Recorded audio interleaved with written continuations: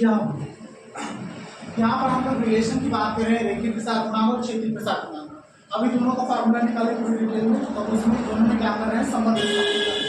तो होता क्या है यहाँ पर देखिए, इस कंडीशन में ले रहे हैं हम लोग। मान लो किसी वर्गाकार धातु की चादर की प्रत्येक भुजा की लंबाई कितनी है, L है। यहाँ पर आपको वर्गाकार धातु दिख रहा है। वर्गाकार किसको बोलते हैं, जिसकी चारों भुजाएं क्या हो, समान। ठीक है, अगर ये भुजा L है तो ये भी भुजा क्या होगी, आपकी L होगी, ये भी भुजा L होगी और ये भी भुजा क्या होगी, L होगी।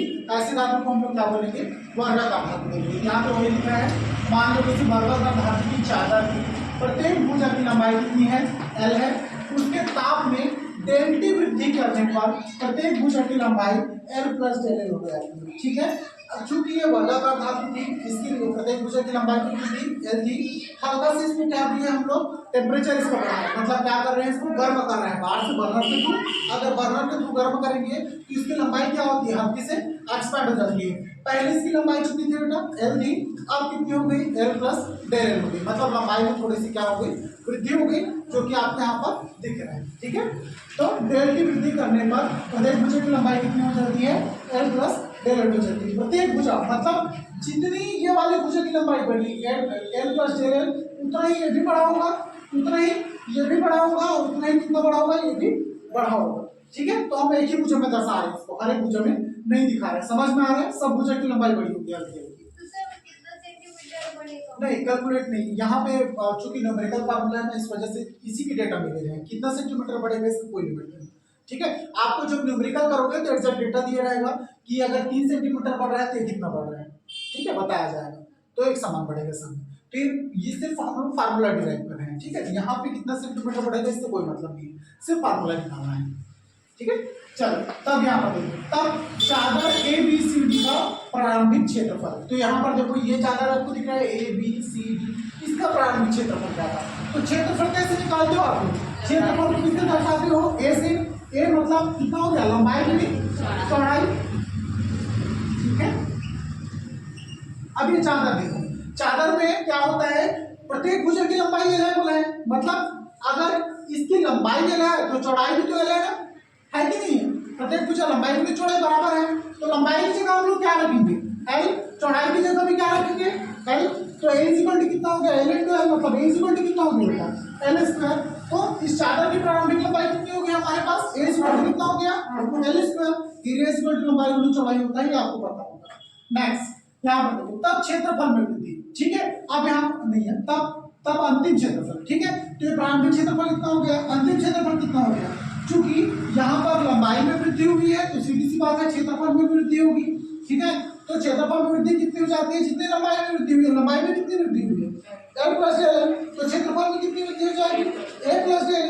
ठीक है, तो यहाँ पर देखो, चूंकि यहाँ पर A equal to L square था ना, तो यहाँ पर भी L प्लस डेल का होल स्क्वायर हो जाएगा। होगा कि नहीं होगा, कहाँ से होगा, ये फॉर्मूला से।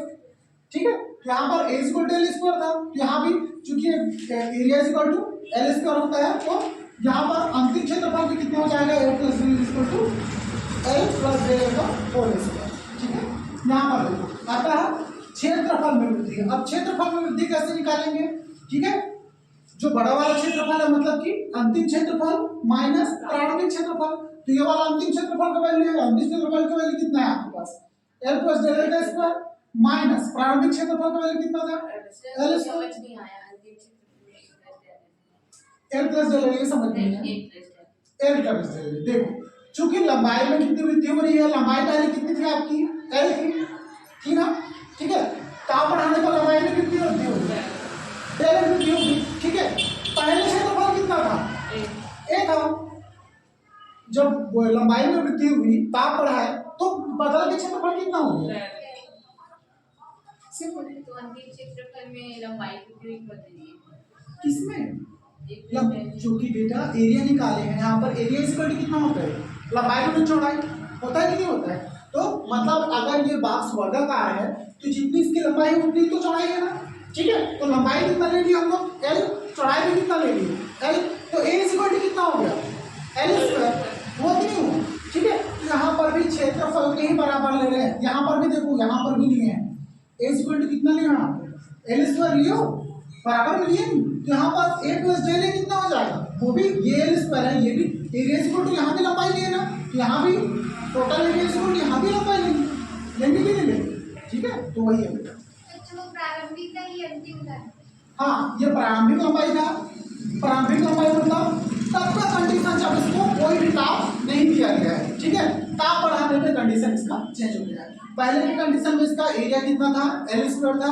ताप बढ़ाने पे एरिया थोड़ा सा एक्सपेंड हुआ, चूंकि लंबाई थोड़ी बड़ी है, एरिया भी थोड़ा बड़ा होगा। तो एरिया कितना बढ़ा है, ए प्लस डेल, ठीक है।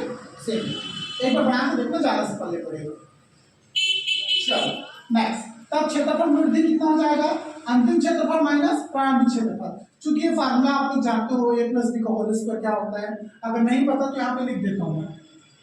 कितना होता है ए प्लस बी का होल स्क्वायर, ए स्क्वायर प्लस बी का स्क्वायर ए स्क्वायर प्लस बी का स्क्वायर प्लस 2ab। इसी पर कितना हो जाएगा, ए का स्क्वायर प्लस बी का स्क्वायर प्लस कितना होता है, तो 2ab। ये फार्मूला सबको पता था, ठीक है। वही फार्मूला यहाँ पर लगाया है। देखो, ए का स्क्वायर मतलब एल स्क्वायर, बी का स्क्वायर मतलब डेल एल का स्क्वायर प्लस 2, फिर ए फिर बी। समझ में आया, ये 2 है, फिर ए कौन सा है ये, फिर बी कौन सा है ये, ठीक है। तो फार्मूला सही लगाया ना, ठीक है। माइनस जो एल स्क्वायर था उसको लिखिए, ठीक है। चूंकि एल स्क्वायर यहाँ भी, एल स्क्वायर यहाँ भी है, एल स्क्वायर यहाँ पे प्लस में था, यहाँ पे इसमें माइनस में, कैंसिल हो जाएगा, ठीक है। तो डेल एल स्क्वायर कितना बच गया, del L square plus 2l del L, कितना बचा, ठीक है। उसको लिख दिए। अब नीचे देखो, इससे पहले वाला जो डेरिवेशन किए थे उसमें भी क्या किए थे, सेम उपेक्षा किए थे ना, ऐसे भी इसमें भी करना है। चूंकि डेल एल बहुत छोटी राशि है, अतः डेल एल स्क्वायर की उपेक्षा करने पर, ठीक है। तो हम लोग क्या कर रहे हैं, ये वाले पद की क्या कर रहे हैं, उपेक्षा कर रहे हैं। इससे पहले जो डेरिवेशन किए वो हम सेम किए थे, याद है।